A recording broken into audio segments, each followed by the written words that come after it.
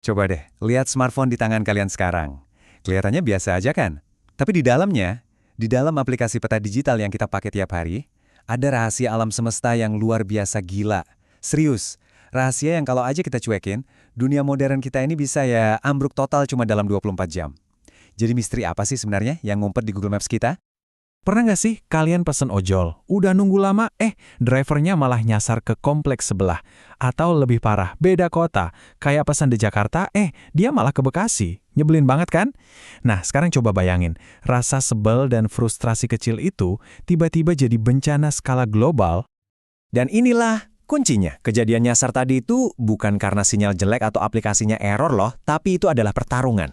Pertarungan setiap hari melawan hukum fisika kosmik yang aneh banget, dan satu-satunya alasan kita masih aman, alasan driver ojol itu akhirnya nemuin rumah kita, itu semua berkat rumus dari satu orang jenius lebih dari 100 tahun yang lalu.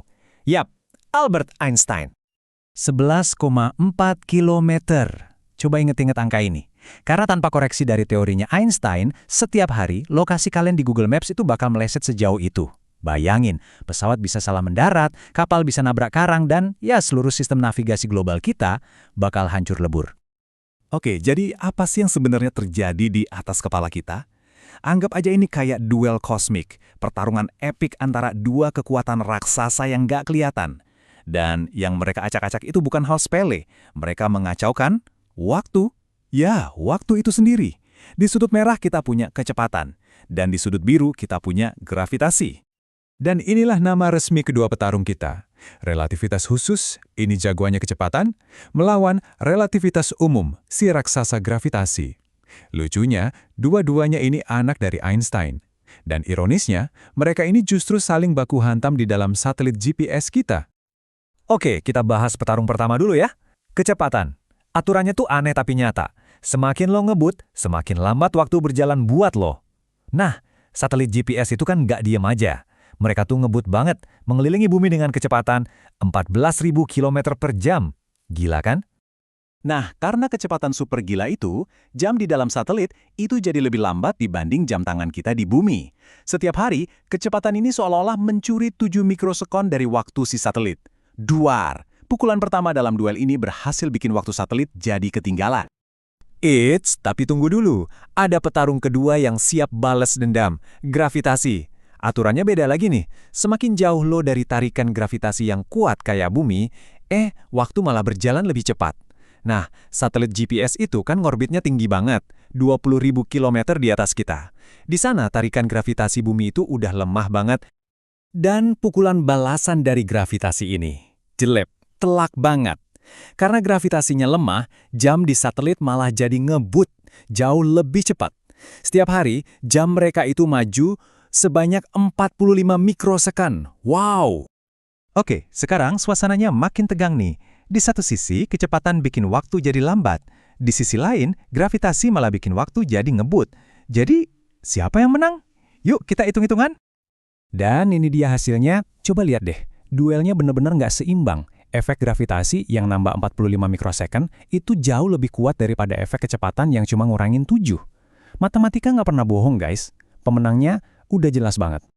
Jadi, inilah angka finalnya. Sebuah bom waktu yang terus berdetak. Setiap 1 hari, jam, di satelit GPS itu berjalan 38 mikrosekon lebih cepat daripada jam kita di bumi.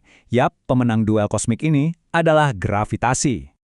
Mungkin kalian mikir, alah 38 mikrosekon doang, apaan sih itu? Singkat banget. Bener, buat kita manusia itu nggak ada artinya. Tapi, sistem GPS itu nggak pakai kecepatan manusia. Dia pakai kecepatan cahaya. Dan buat sinyal yang melesat secepat cahaya, 38 mikrosekon itu ibarat keabadian. Biar kebayang ya, sekali kita kedip mata, itu butuh waktu sekitar 300.000 mikrosekon. Nah, error harian GPS kita cuma 38. Kelihatan kecil banget kan dibanding kedipan mata. Tapi, begitu angka kecil ini dikaliin sama kecepatan cahaya, duar! Hasilnya adalah kesalahan navigasi sejauh 11,4 km setiap 1 hari. Nah, ini nih bagian paling keren dari ceritanya. Terus gimana caranya kita jinakin bom waktu ini? Solusinya bukan update software tiap hari loh, tapi sebuah kode rahasia yang ditanam sama para insinyur. Sebuah mahakarya yang terinspirasi dari, ya siapa lagi, sang jenius. Jadi, gimana caranya para insinyur ini menghentikan kiamat navigasi? Jawabannya tuh jenius banget dan agak-agak aneh. Mereka nggak benerin jamnya pas udah di luar angkasa, tapi mereka benerin di bumi, bahkan sebelum satelitnya terbang. Dan ini dia, kode rahasianya. Angka ini bisa dibilang tanda tangannya Einstein di dunia teknologi. Jadi gini, frekuensi jam atom normal di bumi itu kan 10,23 MHz. Tapi para insinyur sengaja banget, nyetel jam di satelit ke angka yang aneh ini, yang sedikit lebih lambat. Ya, kalian nggak salah dengar. Mereka sengaja rusakin jamnya di bumi. Dan disitulah kejeniusannya. Mereka sengaja bikin jamnya lemot di bumi. Terus pas satelitnya udah di orbit, efek relativitas yang tadi bikin jamnya ngebut 38 mikrosecond per hari itu secara otomatis memperbaiki jam yang sengaja dirusakin tadi. Hasilnya sempurna, sinkron setiap saat. Gila kan? Jadi, apa artinya semua ini? Ini bukan cuma soal trik teknologi yang pintar loh. Ini adalah bukti nyata dari sesuatu yang jauh lebih besar dan lebih mind-blowing tentang alam semesta kita. Coba deh kita renunginnya sebentar. Karena jam di satelit itu berdetak 38 mikrosecond lebih cepat setiap hari, itu artinya satelit GPS itu secara harfiah adalah mesin waktu. Mereka beneran hidup di masa depan dibanding kita yang di bumi. Ini bukan film sci-fi, ini bukan teori. Ini adalah fakta teknis yang bikin Google Maps kalian jalan.